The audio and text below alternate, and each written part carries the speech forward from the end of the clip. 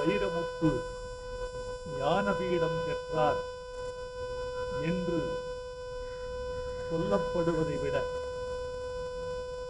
தமிழுக்கு ஞானபீடம் கிட்டியிருக்கிறது என்று சொல்லப்படுவதையே நான் பெரிதும் விரும்புகிறேன். வைரமுத்து போன்ற கவிஞர்கள், படைப்பாளிகள் கால ஓட்டத்தில் வந்து வந்து போவார்கள். தமிழ் நிலையாய் நிற்கும். எனவே இந்த விருது தமிழுக்கு கிடைத்திருக்கிறது என்று உலகத் தமிழ் பெருமக்கள் கொண்டாட வேண்டும் என்று கும்பிட்டு கேட்டுக்கொள்கிறேன். எல்லா விருதுகளையும் விட ஞானபீட விருதை அறிவுலகம் பெரிதாக மதிக்கிறது.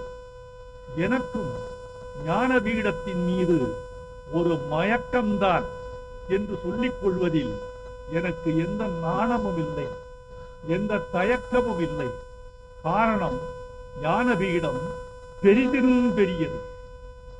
ஏன் பெரிதினும் பெரியது என்றால், சாகித்ய அகாடமி விருதுக்கும் ஞானபீட விருதுக்கும் ஒரு பெரிய அடிப்படை வேறுபாடு இருக்கிறது. இந்திய அட்டவணையில் 7வது அட்டவணையில் இடம்பெற்றிருக்கிற தேசிய மொழிகளுக்கெல்லாம் சாகித்ய அகாடமி உண்டு. 7வது அட்டவணையில் இடம்பெற்றிருக்கிற எல்லா மொழிகளுக்கும் ஞானபீடமும் உண்டு. இந்த இரண்டுக்கும் ஒரு வேறுபாட்டை தமிழ் மக்கள் புரிந்து கொள்ள வேண்டும் என்று நான் அன்போடு கேட்டுக்கொள்கிறேன். ஒவ்வொரு ஆண்டும் எல்லா மொழிகளுக்கும் தலா 1 என்று வழங்கப்படுவது சாகித்ய அகாடமி.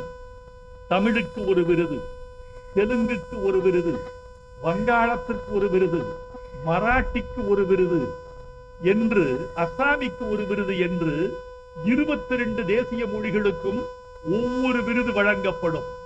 ஆனால் இந்த 22 அட்டவணை மொழிகளுக்கும் சேர்த்து மொத்தமாக வழங்கப்படுகிற ஒரே விருது ஞானபீட விருது.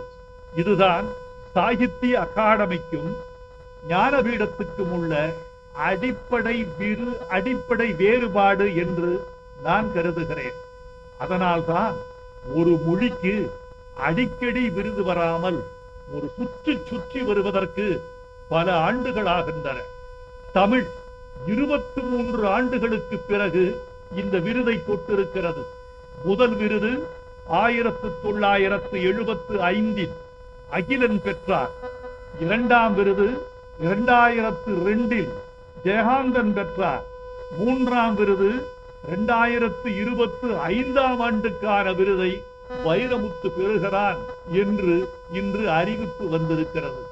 4 நூற்றாண்டுக்கு பிறகு தமிழுக்கு வாராது போல் வந்த மாமணி இந்த விருது.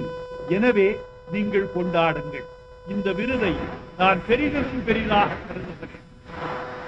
பல கடப்பாடுகளை, பல ஒழுங்கு விதிகளை தாண்டி ஞானபீடம் வரவேண்டி இருக்கிறது. இதுவரைக்கும் இந்தி 12 விருதுகளை பெற்றிருக்கிறது. கன்னடம் 8 விருதுகளை பெற்றிருக்கிறது. மலையாளம் 6 விருதுகளை பெற்றிருக்கிறது. வங்காளம் 6 ஞானபீட விருதுகளை பெற்றிருக்கிறது. ஆனால் தமிழ் 3 பெற்றிருக்கிறது. தமிழில் படைப்பாளிகளுக்கு பஞ்சமில்லை. தமிழ் இந்தியாவின் எந்த தேசிய மொழிக்கும் குறைந்ததில்லை. சொல்ல போனால் இந்தியாவின் உலகத்தின் மூத்த மொழிகளுள் ஒன்று தமிழ் என்பதை இந்த உலகறியும். அறிவுலகம் அதை ஒங்கி சொல்லும். ஆனாலும் கூட தமிழ் குறைந்த அளவில்தான் இதுவரைக்கும் விருது பெற்றிருக்கிறது. இப்போது இந்த விருது பெறப்பட்டிருக்கிறது. என்னை வளர்த்த தமிழ் சமூகத்தை நான் நன்றியோடு நினைத்து பார்க்கிறேன். இந்த விருது எனக்கு மகிழ்ச்சி தான். நான் பிற்பகலுக்கு பிறகு ரொம்ப பிரகாசமாக இருக்கிறேன். என்னை நானே வியந்து கொள்கிறேன். மகிழ்ச்சியாகவும் இருக்கிறேன்.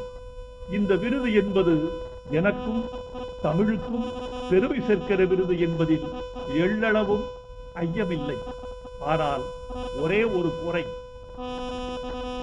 இந்த விருதை கொண்டாடுவதற்கு என்னை பெற்ற தாயும் தந்தையும் உயிரோடு இல்லை.